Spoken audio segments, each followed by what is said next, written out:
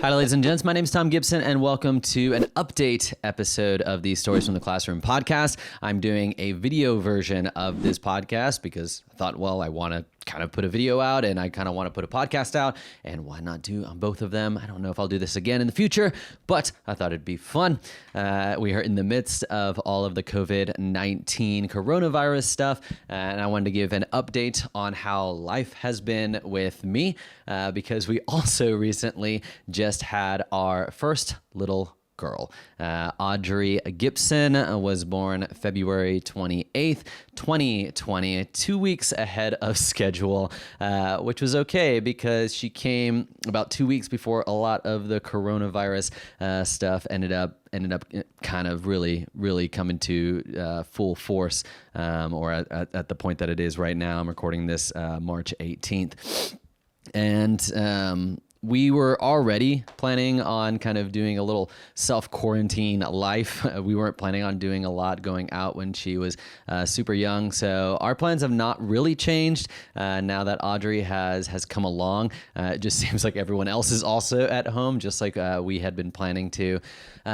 Sarah was sick at first. She actually went into delivery kind of feeling sick. And then I got sick. It was just kind of like a cold.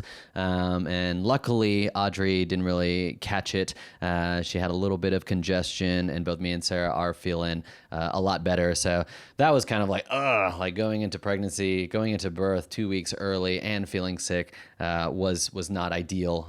But you do what you have to do, and took plenty of vitamin C, got tested for the flu and everything, and it wasn't that. So, but we are feeling a lot better. Everyone's been posting just pictures of empty grocery stores and everything. And the trips that we've gone on for the most part have been okay. Like stuff that you would see, like toilet paper was obviously out, and but a lot of places still have fruits and vegetables and most of the stuff that we were looking for. So that's been good. And we've actually already kind of tried to do a lot of the food delivery stuff. So currently in Texas, in Austin at least, the mayor shut down food and restaurants and everything. So it's just drive through and delivery, which was kind of what we were doing anyways. But it's pretty crazy. But we are thankful for the gifts of food delivery. We had several people in lieu of doing like a meal train, because we had a meal train, but then we canceled it. Had several people donate some food delivery gifts, which was super helpful. First couple of weeks, Sarah's parents were here. That was really helpful. They were helping clean and holding Audrey. She's kind of a baby that likes to be held and doesn't sleep super well at night. If you've never had kids, a lot of times babies are their days and nights are kind of flipped for a little while, and so they sleep super great during the day, but not necessarily at night. And so we were kind of taking shifts because those first few weeks you don't really let the baby cry it out. They don't really know to think, well, I'm crying and no one's coming to get me, so I guess I'll stop. They kind of just keep crying, and they want to be held, or they need to be changed, or they need to be fed. So we were kind of just taking shifts of one of us would hold her for 3 or 4 hours, and then someone else would hold her throughout the night for 3 or 4 hours, watching a ton of Netflix and YouTube videos to stay awake. And so her parents, Audrey's grandparents, Sarah's parents were here for a couple of weeks and helping hold her in the early morning so me and Sarah could get back to sleep. And then my mom came and visited for the past weekend and spent time with her. My dad got sick. He had like bronchitis or something like that. And so he ended up staying home. They're not too far away from us, but he's hoping to be able to come up and see his granddaughter pretty soon. But we ended up, we were holding off. There's a super fancy, nice bassinet called the Snoo, and we were holding off for a little while on getting that because we were like, well, do we know if we need it? We'll see how she sleeps. But it's like a bassinet that's got like motors and sensors in it, and it kind of can sense if the baby's kind of distressed or crying or moving around, and so it'll kind of move a little bit and rock the baby according to how distressed and how prolonged the baby is kind of in that mode. And so it does a little bit more of a gentle jiggle, as it says in the little handout for it. But that's been helping a little bit. she'll still, even like last night, she'll still cry, even with that going on, and like trying to soothe her and comfort her. But again, I think that's probably the days and the nights mixed around. But that's been helpful for the most part. Kind of a cool piece of technology too, because I was just telling my dad and my grandpa about it. And they're like, yeah, we definitely didn't have that when I was a kid. A few things about her. She enjoys staring up at ceiling fans, not the moving ceiling fans, just ceiling fans that are just there. And I think it's because I read something about how babies like to see a lot of contrast and color. And so the ceiling fan's brown and then the ceiling's white. And so I'll just be holding her and trying to comfort her. And then she'll catch a glimpse of the ceiling fan and then just kind of stare at it. So she likes ceiling fans. What I think one of my favorite things of just having her and being in the house and everything with her is just finding just random little socks here and there. Like it's always just one little sock that like found its way to like just underneath the couch or like on the way to her baby room. It's like, when did that sock fall off? I just found a little sock, and I don't know what it is about it, but finding just a little sock in little random places has brought little moments of joy. I'm like, I found a sock. So it's been really cute. I do well with the schedule. I knew those first 2 weeks with her were gonna be you're just kind of like, you don't even know what's going on. You're not really sleeping that much, and so I didn't have any expectation of anything those first 2 weeks except just take care of her and try to be present and available to help and to care and any time, any way. When I'm caring for her, so Sarah can sleep, or Sarah's caring for her, so I can sleep. And so now that we're getting to be where she's almost about 3 weeks old, and a lot of the shutdowns are beginning and the self-quarantine, I do really well with the schedule. So as much as I can, I've been trying to create a schedule of like having things to do throughout the day. Cause I did find those first 2 weeks, all I was really doing was refreshing my Twitter feed, my Instagram feed, and my Facebook feed, throughout the day, kind of just getting updates on the coronavirus and everything like that. I didn't feel really like reading. I was kind of too tired to do anything else. And I was like, okay, I don't want to just be on social media all day, because she still sleeps a lot. And so when we weren't doing like tummy time or something with her, we were just kind of sitting around and on the phone or watching TV or something like that. And so I've kind of in my mind had like, okay, I want at least one thing that I'm going to do that day, whether it's exercise or whether it's do some kind of project. Like I made this video of her first week and a lot of time in the hospital just for us. I didn't publish it on YouTube or anything like that, just to kind of have a documentation for us. And that was really fun to kind of put together. And I worked on that for like that first week that she was born. We did a little photo shoot with her, and that was kind of fun to kind of research, like, how do you do baby photography and everything like that. And so always just having some kind of project and creating something always makes me feel a lot better. I'm still working to try to exercise almost every day. My Jiu-Jitsu gym has closed down, and even if they hadn't, I didn't really want to go and be in close contact and potentially get sick with a newborn in the house. And so I'd kind of expected probably not heading back too soon. And then with it being closed down for who knows how long, I won't be participating in that. So I have been running almost every day, trying to run almost every day, about 4 to 6 miles. And that's been really good. Just kind of having some time to myself to run, catch up on some podcasts, get outside, and just get my body moving, which is good for me. I feel better when I exercise. I don't see exercise as something where it's like I have to do this. It's like I really want to, and so that's been good. I'm glad I can still do that and still go run.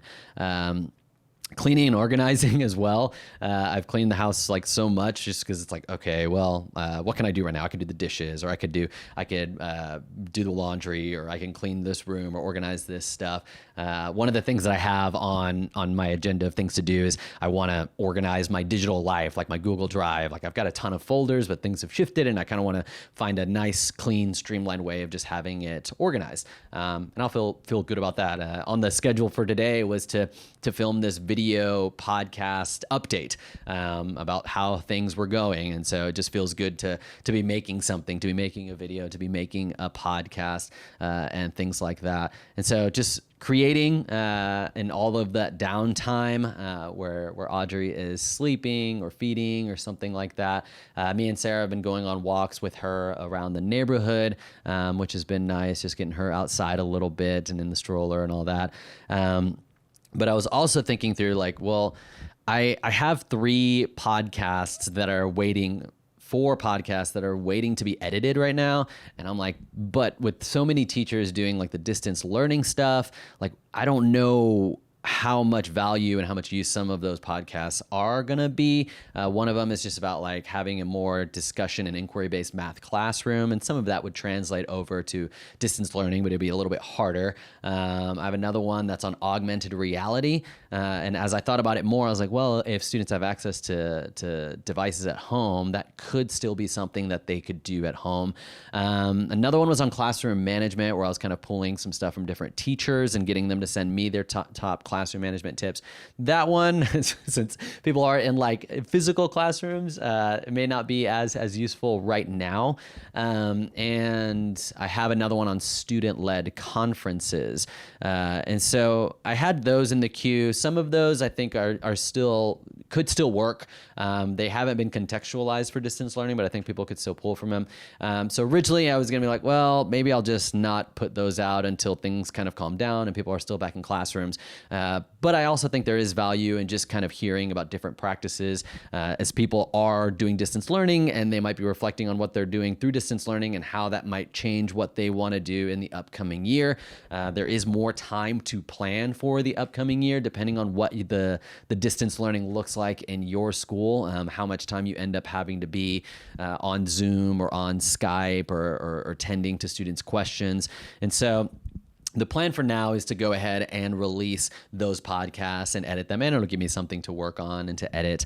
But with those, I'll probably be releasing every 2 weeks instead of every week, because I think just with the amount of podcasts that I have, I don't want to put the stress on me of trying to come up with a podcast every week. I think 2 weeks is pretty doable because I still obviously I am on paternity leave, and I'm spending a lot of time with the family, but I am also home all day as well.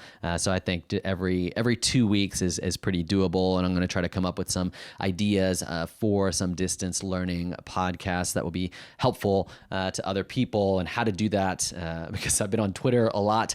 I've been tweeting more than I've ever tweeted before, just because I've been on my phone a lot more and retweeting and finding things and responding. Usually I'd been kind of more of like a lurker and a watcher, but I've been a lot more participating a lot more on Twitter.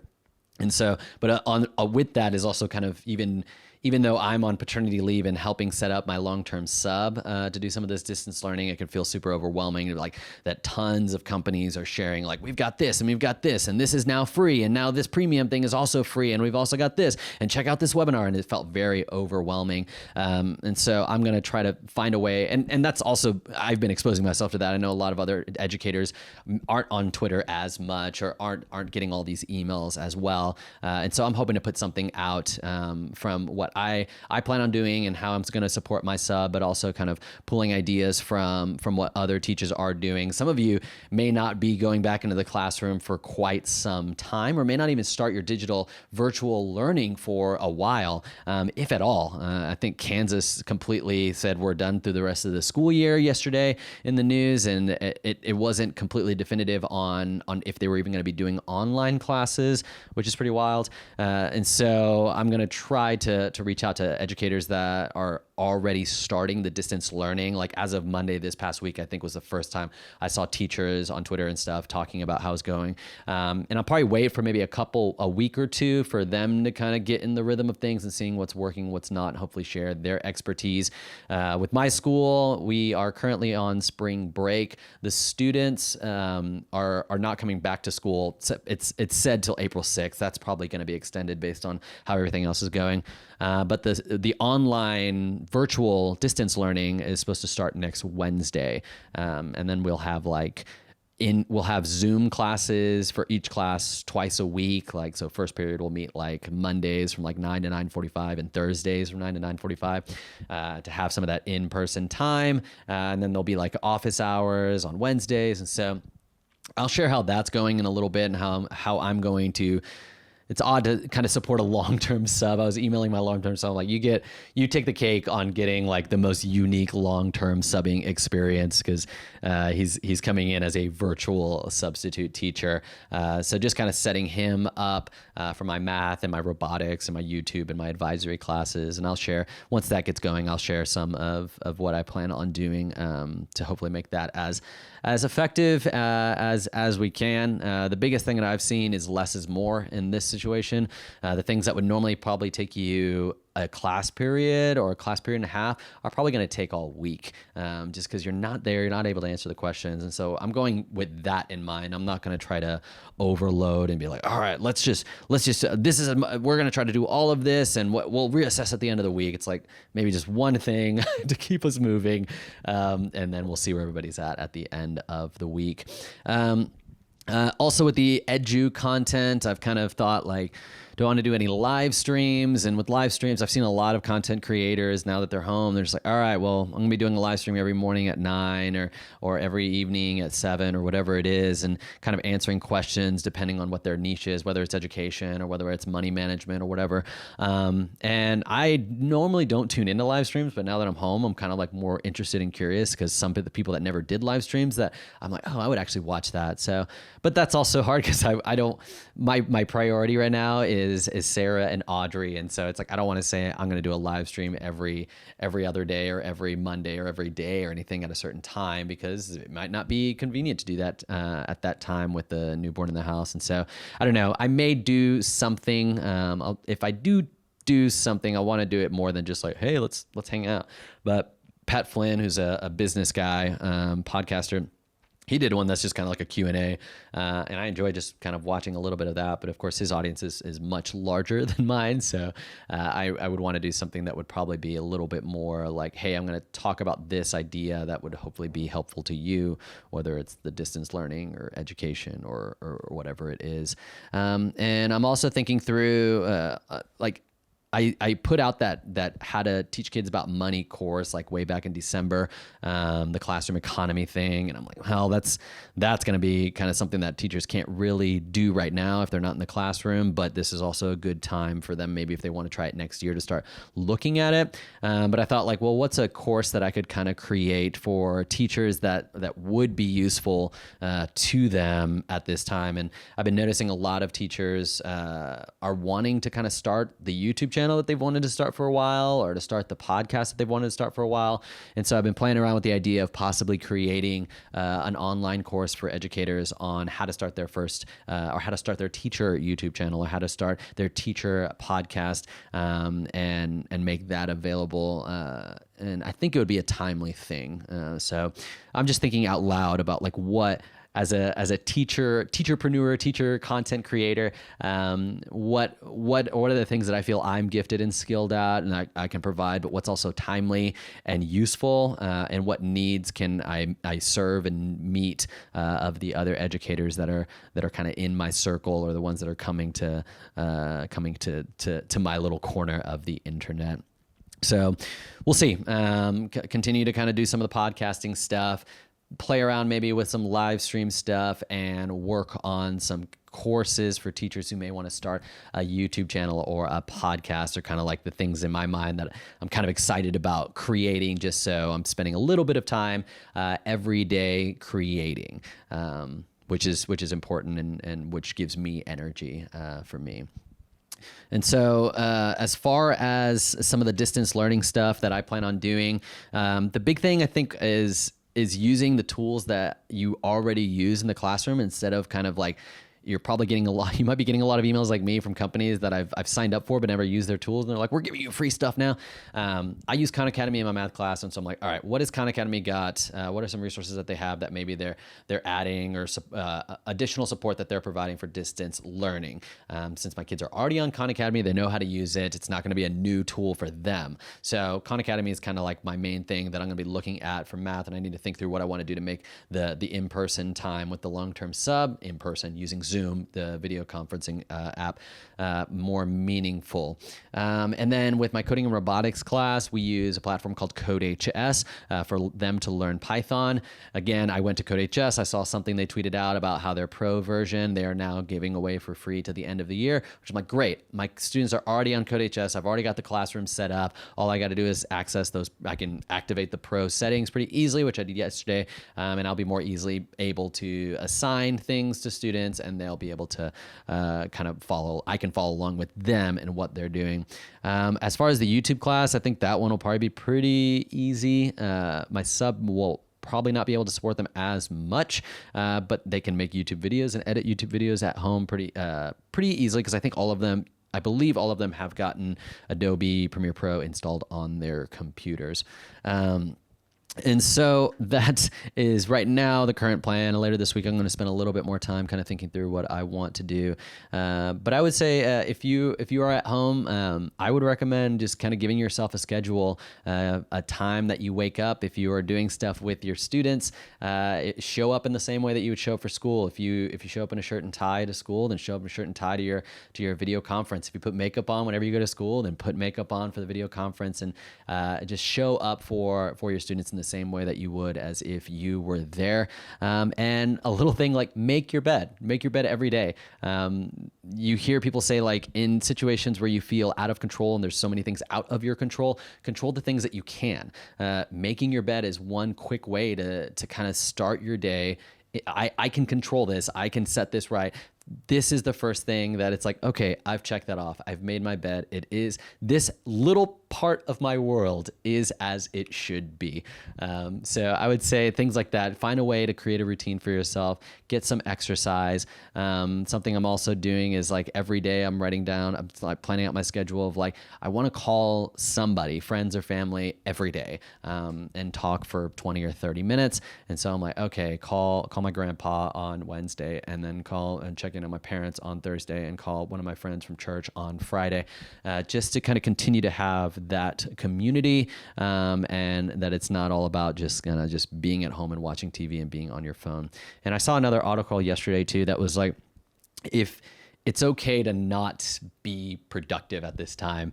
People were sharing these things about, like, Isaac Newton creating calculus when they were self-quarantined for the plague or whatever. And it's like, this is your opportunity to do something great. And for some people, like, I think that energizes them. For me, like, to create something that really energizes me and makes me feel like, okay, yeah, like I enjoy this, and this makes me feel better at the end of the day than if I had just sat around. But for some people, I think that there's this sense of, like, oh, I'm not being productive, and I feel guilty about it. And it's like, there's so much going on. Like, give yourself a little bit of grace, and I'm just going to relax. I'm just going to play a game with my family. I'm just going to watch some movies, and that's my day. And I think that's important. It takes the self-awareness of knowing, like, what do you need, and what brings you energy, and not feeling guilty because you're not maximizing every hour of your day in this time where you have to stay home. But with that said, if there are things that you want to do, and you know that it'll kind of energize you and make you feel a little bit better, and get your mind and your thoughts and your focus off of just following the news, then I say go for that as well. And so, this is a different podcast episode than what I normally do, obviously. I may do more like this, but I do want to put out some of those ones that I have already in the queue that will hopefully be useful, and then put some stuff out about the distance learning, like I said. But I wanted to make something, and so I made this into a video podcast, and you can watch it on my YouTube channel if you would like, or if you're already watching it right now. But the podcast is Stories from the Classroom. You can just search that, or search my name wherever you listen to podcasts. And I hope you're doing well. Reach out to me let me know if there's anything if you're trying to do something that you see me doing online, whether it's creating content on YouTube, or creating a podcast, or doing some math stuff. Feel free to reach out and ask away. I'll have time. I checking my email a couple times a day. And I hope you're doing well. I hope your time at home is good with family, and if not, then you're at least trying to spend some time checking in with your friends and your family. And don't beat yourself up if you're doing your distance learning and it's not going well. It is definitely an experiment for all of us that we have to just tweak, do the best that we can, and go from there and try again the next day. So thank you so much for listening to all 25 or so minutes of this podcast or watching. And I will catch you all in the next one.